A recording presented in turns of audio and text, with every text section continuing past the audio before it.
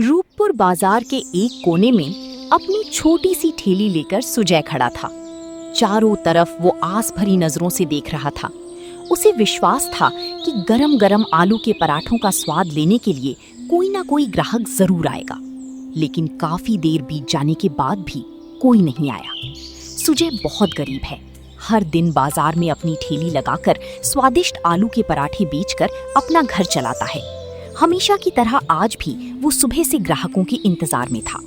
ठंडी हवा चल रही थी। मौसम काफी सुहावना हो गया था। सुजय ने एक ठंडी सांस भरी। आज तो मौसम कितना सुंदर हो गया है। ऐसे मौसम में तो लोगों का गरम गरम आलू के पराठे खाने का मन करेगा ही। लेकिन समझ नहीं आ रहा कोई ग्राहक आ क्यों नहीं रहा।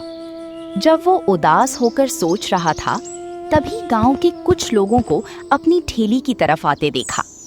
उन्हें देखकर सुजय के चेहरे पर हल्की मुस्कान तैर गई। आइए भैया, बताइए पराठे में मिर्च कम रखूं या थोड़ी ज्यादा?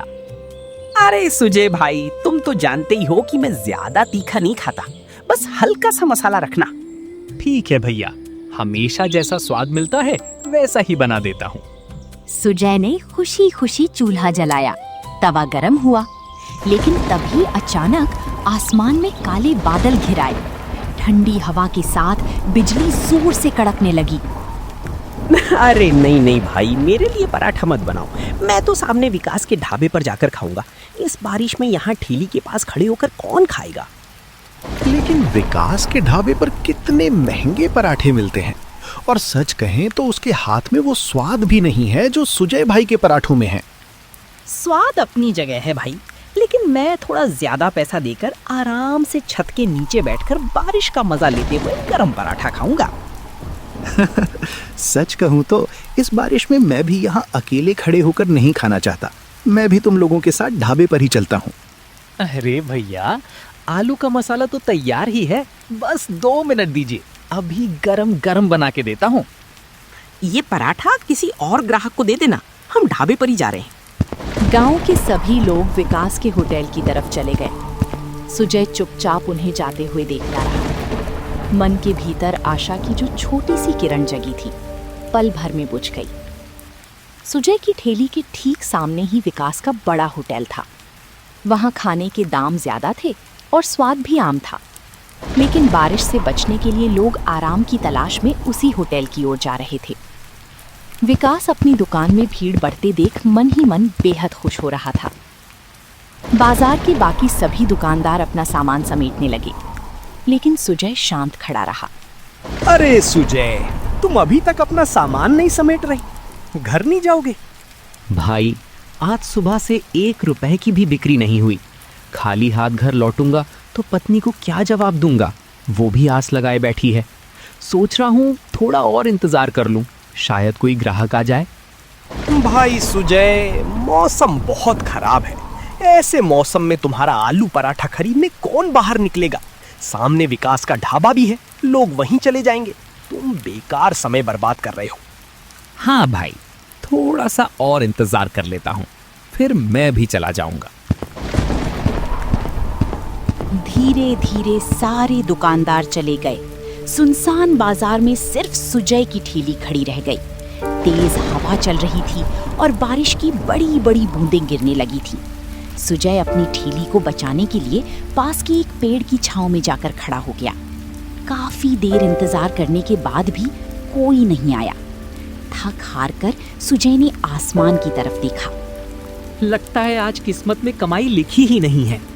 अब समय बर्बाद करने से बेहतर है घर चला जाऊं। जब वो सामान समेटने की तैयारी कर ही रहा था, तभी एक बूढ़ी औरत बारिश में भीगती हुई उसके पास आई। बेटा, कुछ खाने को मिलेगा? चाची, तेज बारिश आ रही थी इसलिए सब समेट लिया था, लेकिन आपके लिए मैं फिर से चूल्हा जलाता हूँ। बताइए कितने पराठे बनाऊं? बेटा, भूख तो बहुत तेज लगी है, 4-5 पराठे खा सकती हूँ। ठीक है चाची, मैं अभी गरम गरम आलू का पराठा बना देता हूँ। कम मसाले डालकर बनाना, लेकिन तुम्हें देने के लिए मेरे पास तो एक फूटी कौड़ी भी नहीं है। चाची, आप पैसों की चिंता क्यों कर रही हैं? भूखे को खाना खिलाना सबसे बड़ा पुण्य का काम है। मैं अभी आपके लिए गर्मा गर्म स्वादिष्ट पराठे लेकर आता हूँ। ठंडी हवा के बीच सुजय का चूल्हा धीरे धीरे गर्म होने लगा। उसने शुद्ध घी में सुनहरा करके आलू का पराठा सेंका और ऊपर से मक्खन लगा दिया। गरम गरम पराठे की खुशबू दूर तक फैल गई। उसने वे पराठे उस असहाय बूढ़ी औरत के हाथों में थमा दिए। चाची, लीजिए, गरम गरम आलू के पराठे खा लीजिए। ऊपर वाला तुम्हें बहुत तरक्की दे। आज के जमाने में कौन बिना स्वार्थ के किसी की मदद करता है। चाची, मैं खुद भी एक गरीब इंसान हूँ, लेकिन मेरी माँ ने बचपन से सिखाया है, तुम्हारे पास जितना है उसी में से जरूरतमंद की मदद करनी चाहिए। बूढ़ी औरत ने दिल से सुजय को ढेर सारे आशीर्वाद दिए। सुजय ने आसमान की ओर देखकर एक लंबी सांस ली। वो समझ गया कि आज कमाई न सही, लेकिन एक बेसहारा इंसान की सेवा के साथ उसने दिन खत्म किया है। बारिश बढ़ चुकी थी। वो अपनी भीगी ठेली ढकेलते हुए घर की ओर निकल पड़ा। घर पहुंचते ही उसकी पत्नी रिया आगे आई। सुनो जी, आज आने में इतनी देर क्यों हो गई? रिया, आज 1 रुपए की भी बिक्री नहीं हुई। ग्राहकों का इंतजार कर रहा था, लेकिन बारिश आने पर सब सीधे विकास के होटल चले गए। अरे बेटा, तू ये क्या कह रहा है? गांव के लोग तो तेरे हाथ के बनी शुद्ध घी और मक्खन वाले आलू के पराठे बहुत पसंद करते हैं। फिर आज सब विकास के ढाबे पर क्यों चले गए? माँ, मेरी तो एक छोटी सी खुली ठेली है और विकास का बड़ा होटल। वहाँ कुर्सियाँ हैं, छत है। मानसून शुरू हो चुका है। इस बारिश में खुली जगह खड़े होकर कौन खाएगा? लगता नहीं इस बार अच्छी कमाई हो पाएगी। बेटा, इंसान को मेहनत करना कभी नहीं छोड़ना चाहिए। तू अपनी पूरी जी जान से काम कर, बाकी किस्मत में जो लिखा है वही मिलेगा। लेकिन मेहनती इंसान कभी हारता नहीं है। मैंने सोचा था कि इस बारिश में रूपपुर मोड़ पर एक छोटी पक्की दुकान ले लूंगा और आलू पराठे का काम बढ़ाऊंगा, लेकिन लगता है इस बार भी यही ठेली ढकेलनी पड़ेगी। अगले दिन सुजय काम में लग गया। ठीक तभी शहर से आए 2 अमीर आदमी वहां गाड़ी से उतरे। वे कीमती कपड़े पहने हुए थे। उन्हें देखकर पास में ही होटल चलाने वाले विकास ने आवाज लगाई। अरे भाई साहब, इस छोटी सी ठेली पर खड़े होकर खाना क्या आपको शोभा देता है? आइए, मेरे होटल में आराम से बैठकर अच्छा खाना मिलेगा। भाई, जब आपके होटल में ग्राहक आते हैं तो मैं तो उन्हें नहीं बुलाता, फिर आप मेरे ग्राहकों को क्यों बुला रहे हैं? अरे सुजय, ये शहर के बड़े लोग हैं। तेरी इस ठेली का खाना खाकर हमारे गांव का नाम खराब होगा। इन्हें मेरे ढाबे पर आने दे। विकास भाई, ग्राहक को रोकने का हक आपका या मेरा नहीं है। ये उनकी मर्जी है कि वे कहाँ खाना पसंद करेंगे। मेरी नाक दूर से ही खाने की खुशबू पहचान लेती है भाई। तुम्हारे पराठे की महक ही बता रही है कि स्वाद कैसा होगा। 2 पराठे मेरे लिए और 2 मेरे दोस्त के लिए। जल्दी से बना दो। धन्यवाद सर। सुजय ने गरम गरम पराठों के साथ चटनी और रायता परोसा। वाह भाई, ये आलू का पराठा तो कमाल है। इतना स्वादिष्ट पराठा तो मैंने बड़े बड़े महंगे रेस्टोरेंट्स में भी नहीं खाया। एक पराठा और खिलाओ और कुछ घर के लिए पैक कर दो। धन्यवाद सर, लेकिन असली स्वाद मेरे हाथों में नहीं, हमारी ईमानदारी में है। इस पराठे में जो मसाला पड़ता है वो एकदम शुद्ध है। मेरी माँ और पत्नी घर पर अपने हाथों से तैयार करती हैं। हम खाने में कभी मिलावट नहीं करते। इस ईमानदारी और सच्चाई को कभी मत छोड़ना। याद रखना, मेहनत इंसान को एक दिन बहुत ऊंचाई पर ले जाती है। अच्छा, कितने पैसे हुए? सर, पूरे 200 रुपए हुए। अमिताभ बाबू जेब में हाथ डालकर वॉलेट ढूंढने लगे और अचानक ठिठक गए। अरे, ये क्या हुआ? भाई माफ करना, लगता है मेरा वॉलेट कहीं गिर गया है। मेरे पास अभी देने के लिए पैसे नहीं हैं और मैंने बिना सोचे समझे इतनी सारे पराठे खा लिए। कोई बात नहीं सर, जब दोबारा इस गांव में आएंगे तब दे दीजिएगा। वो अमीर इंसान सुजय को धन्यवाद देकर चला गया। समय बीतता गया कुछ दिनों बाद फिर एक बारिश भरी शाम आई। आसमान में काले बादल थे, बिजली कड़क रही थी और हल्की हल्की बारिश शुरू हो चुकी थी। सुजय सोच रहा था कि आज भी शायद बिक्री नहीं होगी। ऐसे में एक महंगी चमकदार गाड़ी आकर रुकी। गाड़ी से वही अमिताभ बाबू उतरे। उस दिन तुमने एक अनजान मुसाफिर पर भरोसा किया था, बिना सोचे पेट भरकर खिलाया था। आज मैं सिर्फ पैसे लौटाने नहीं आया हूँ। आज तुम्हारे पास पराठे बनाने का जितना सामान है सब बना दो। मुझे सारे पराठे चाहिए। जो इंसान आज दिन भर एक ग्राहक की उम्मीद छोड़ चुका था, उसकी पूरी मेहनत एक ही पल में रंग लाती दिख रही थी। लेकिन पास ही बैठा विकास सब देख रहा था। उसके चेहरे पर जलन साफ झलक रही थी। सुजय की तो किस्मत खुल गई। शहर के लोग भी इसके पराठों की तारीफ कर रहे हैं। ऐसे ही चलता रहा तो ये एक दिन बड़ा ढाबा खोल लेगा और मेरे ढाबे पर लोगों का आना बंद हो जाएगा। नंटू, नंटू, जरा इधर आ। अभी सुजय की ठेली पर जा और ऐसा हंगामा कर कि वो शहर का आदमी यहाँ से चला जाए और कभी मुड़कर न देखे। ये काम आपसे नहीं मालिक, किसी और से करवाना चाहिए। सुजय ने अगर मुझे पहचान लिया तो वो सबको सच बता देगा। तेरी बात में दम तो है। चल ठीक है, ये काम किसी और से करवाता हूँ। विकास अंदर ही अंदर जल रहा था। अब तक बाजार में सबसे ज्यादा ग्राहक उसी की दुकान पर आते थे, लेकिन कुछ दिनों से लोग सुजय के पराठों की तारीफ कर रहे थे। शहर से आए लोग भी तारीफ कर रहे थे।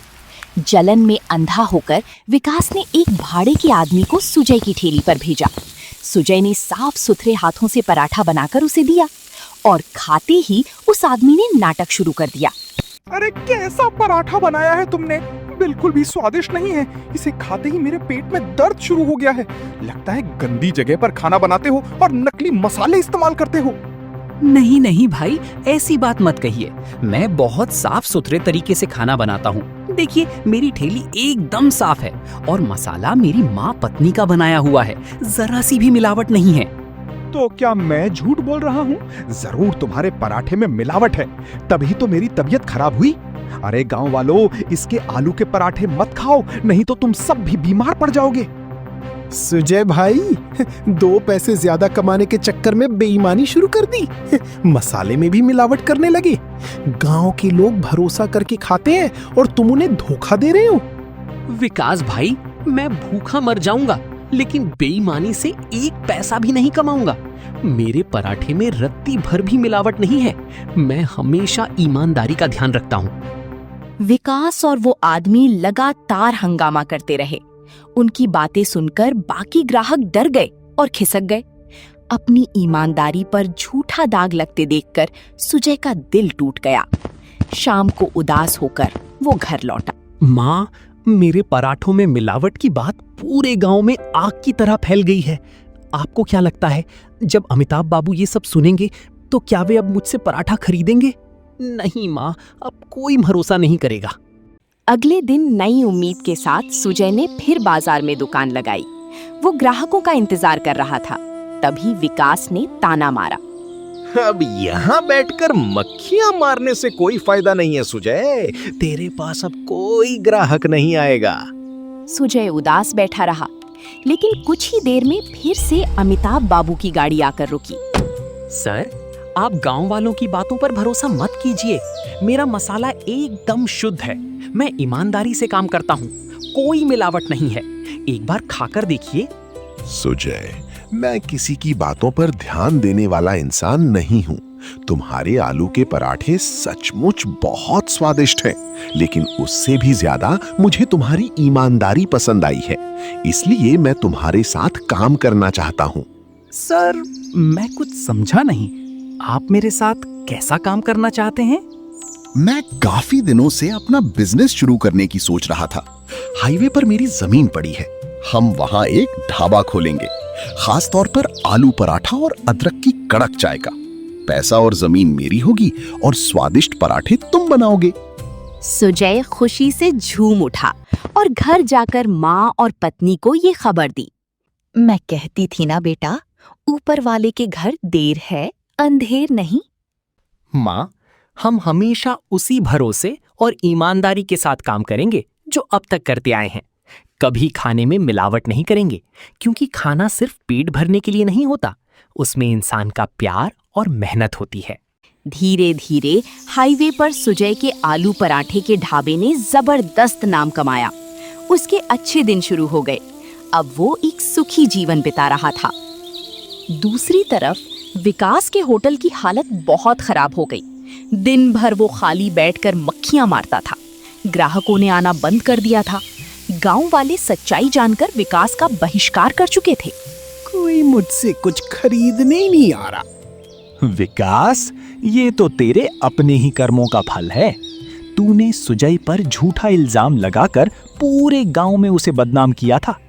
आज सुजय को उसकी ईमानदारी और मेहनत का फल मिल रहा है, और तेरे बुरे कर्मों की वजह से तेरे ढाबे की ये हालत है। सुजय भाई, मुझे माफ कर दो। मैंने तुम्हें सिर्फ इसलिए बदनाम किया था क्योंकि मुझे डर था कि तुम मुझसे आगे निकल जाओगे। लेकिन अब समझ आया कि बुरे काम का नतीजा हमेशा बुरा होता है और ईमानदारी का फल अच्छा होता है। हो सके तो माफ कर दो। मुझे पूरा विश्वास था कि एक ना एक दिन गांव वालों को मेरी ईमानदारी और सच्चाई का पता जरूर चलेगा। और ये देखकर भी अच्छा लग रहा है कि तुम्हें अपनी गलती का एहसास हुआ है। मैंने तुम्हें माफ कर दिया। तुमने तो मेहनत और ईमानदारी से इतनी तरक्की कर ली, लेकिन मैं अपने बुरे कर्मों की वजह से सड़क पर आ गया। अब कोई काम धंधा भी नहीं है, घर की हालत खराब है। विकास, दुखी मत हो। अब मेरा काम बहुत बढ़ गया है। तुम चाहो तो मेरे साथ काम कर सकते हो। ये जानते हुए भी कि मैंने तुम्हारे साथ कितना बुरा किया, फिर भी तुम मुझे अपने यहाँ काम पर रख रहे हो। इंसान से ही गलती होती है, लेकिन सबसे बड़ी बात है अपनी गलती को समझना। तुमने अपनी गलती समझ ली, यही काफी है। ज्यादा मत सोचो, कल से ही काम पर आ जाओ। सुजय की बात सुनकर विकास की आंखों में आंसू आ गए। उसी दिन से विकास ने भी ईमानदारी और कड़ी मेहनत के रास्ते पर चलना शुरू किया। सुजय की भलमनसाहत ने एक बुरे इंसान की जिंदगी बदल दी। इसलिए हमें हमेशा ईमानदारी के रास्ते पर चलना चाहिए, क्योंकि अच्छे काम का नतीजा हमेशा अच्छा ही होता है।